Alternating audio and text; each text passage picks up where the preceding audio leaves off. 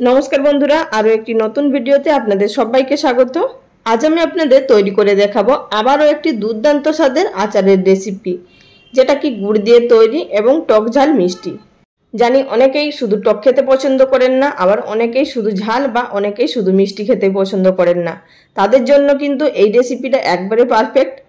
आमी आपनादेर संगे जे समस्त आचारेर रेसिपिगुलो शेयर करेछिलाम आपनारा प्रत्येकटा आचारेर रेसिपि खूबই पछन्द करेछेन। आशा करছি আজকের এই আচারের রেসিপিও আপনাদের খুবই ভালো লাগবে। তো আমাদের এখানে সবার প্রথমে আচার তৈরি করার জন্য আমের প্রয়োজন। তো আমি এখানে নিয়েছি প্রায় 600 গ্রাম পরিমাণ কাঁচা আম। এবারে এই আমগুলোকে ভালোভাবে পরিষ্কার করে আমি আগে থাকতে ধুয়ে নিয়েছিলাম, আপনারা অবশ্যই কিন্তু ধুয়ে নেবেন। এখন এই আমগুলোকে খোসা ছাড়িয়ে কেটে নেব। তো আমি এখানে আমার পছন্দ মতো কেটে নেব। আমগুলো কেটে নেওয়ার পর এবার আমরা এখানে একটি মশলা তৈরি করে নেব। তার জন্য একটি কড়াইয়ের মধ্যে দিয়ে দিলাম 5 থেকে 6টা শুকনো লঙ্কা। প্রথমে এখানে শুকনো লঙ্কাটাকে হালকা একটু ভেজে নেব, কারণ অন্যান্য মশলার তুলনায় শুকনো লঙ্কাটা একটু ভাজতে বেশি সময় লাগে। এবার এই শুকনো লঙ্কাগুলোকে হালকা ভেজে নেওয়ার পর আমরা বাদবাকি মশলাগুলো এড করব। প্রথমে এর মধ্যে দিয়ে দিচ্ছি 1 টেবিল চামচ পরিমাণ মৌরি, দিয়ে দিচ্ছি এর মধ্যে 1 টেবিল চামচ পরিমাণ জিরে, দিয়ে দিচ্ছি এর মধ্যে 1 টেবিল চামচ পরিমাণ গোটা ধনে, দিয়ে দিচ্ছি এর মধ্যে হাফ টিস্পুন পরিমাণ পাঁচ ফোড়ন। এবার এই সমস্ত মশলাগুলোকে আমাদের লো ফ্লেমে সেঁকে নিতে হবে মিনিট খানিকের মতো। খুব বেশি কিন্তু হাই ফ্লেমে ভাজবেন না, তা না হলে কিন্তু মশলার টেস্ট নষ্ট হয়ে যাবে, তেতো হয়ে যাবে। মশলাটা ভেজে নেওয়ার পর নামিয়ে এটিকে ঠান্ডা করে গুঁড়ো করে নেব। এবার আমরা আচারটা তৈরি করে নেব। তার জন্য আবারও গ্যাস ওভেনের উপরে কড়াই বসিয়ে দিয়ে দিলাম 1 টেবিল চামচ পরিমাণ সরষের তেল। এখানে কিন্তু তেল খুব বেশি দেওয়ার প্রয়োজন নেই, সামান্য পরিমাণে তেল দিতে হবে। শুধুমাত্র এখানে আমাদের ফোড়নটা আর আমগুলো হালকা একটু যাতে ভাজা হয় সেই মতোই তেলটা ব্যবহার করতে হবে। তেল গরম হয়ে যাওয়ার পর দিয়ে দিলাম 1 টেবিল চামচ পরিমাণ পাঁচ ফোড়ন, দিয়ে দিলাম 2 থেকে 3টে শুকনো লঙ্কা। এবার এই ফোড়নটাকে কয়েক সেকেন্ড ভেজে নেব। তার সঙ্গে কিন্তু আমি একটি তেজপাতাও দিয়েছি, আপনারা চাইলে এখানে তেজপাতাটা দিতে পারেন বা নাও দিতে পারেন। এবার এগুলোকে একটুখানি নাড়াচাড়া করে নেব। হালকা ভেজে নেওয়ার পর এবার আমি এর মধ্যে অ্যাড করে দিলাম আগে থাকতে কেটে রাখা আমের টুকরোগুলো। আর আমগুলো আমি এখানে খোসা ছাড়িয়ে নেওয়ার পর ছোট ছোট চৌকো করে কেটে নিয়েছি, আপনারা চাইলে এখানে লম্বা লম্বা করে কেটে নিতে পারেন। আর আপনারা নিশ্চয়ই ভাবছেন যে আমগুলো আমি আগে থাকতে কেন রোদে শুকালাম না। তো সেই রেসিপিও আমার চ্যানেলে আপলোড করা আছে বা কমিউনিটিতে পোস্ট করা আছে, আপনারা সেখান থেকে দেখে নিতে পারেন যে রোদে শুকিয়ে এই মিষ্টি আচার কিভাবে তৈরি করতে হয়। আর এই আচারটা রোদে দেওয়ার বা রোদে শুকানোর ঝামেলা ছাড়াই আপনাদের তৈরি করে দেখাবো।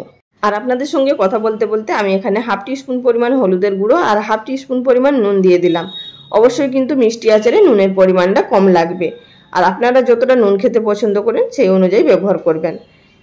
এবার এই আমগুলোকে আমাদের দেখতেই পাচ্ছেন হালকা ভেজে নেওয়া হয়ে গেছে। এর থেকে কিন্তু আর বেশি ভাজলে আমের মধ্যে কিন্তু একটা পুরা পুরা কালার চলে আসবে, তখন কিন্তু ভালো লাগবে না।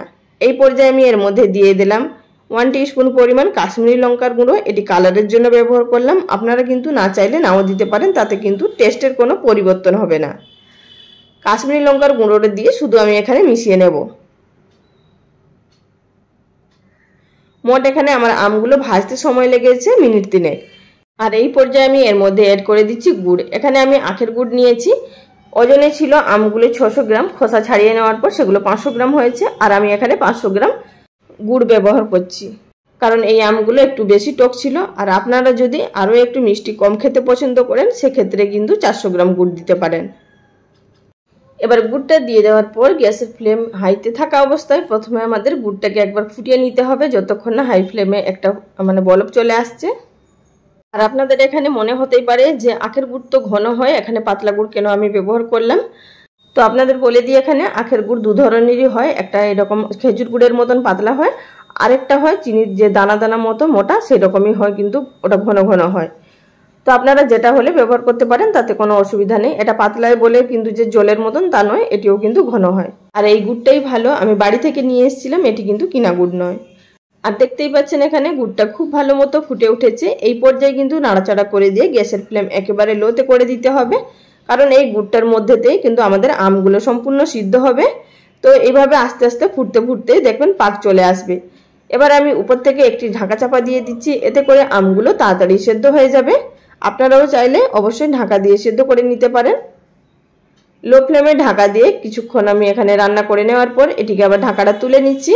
আর আপনাদের এখানে আমি দেখিয়ে দিচ্ছি আগের তুলনায় কিন্তু অনেকটাই ঘন হয়ে এসছে আর আমগুলোও কিন্তু প্রায় সেদ্ধ হয়ে এসছে। তবে কিন্তু এই পর্যায়ে আমাদের আচারটা সম্পূর্ণ তৈরি হয়নি।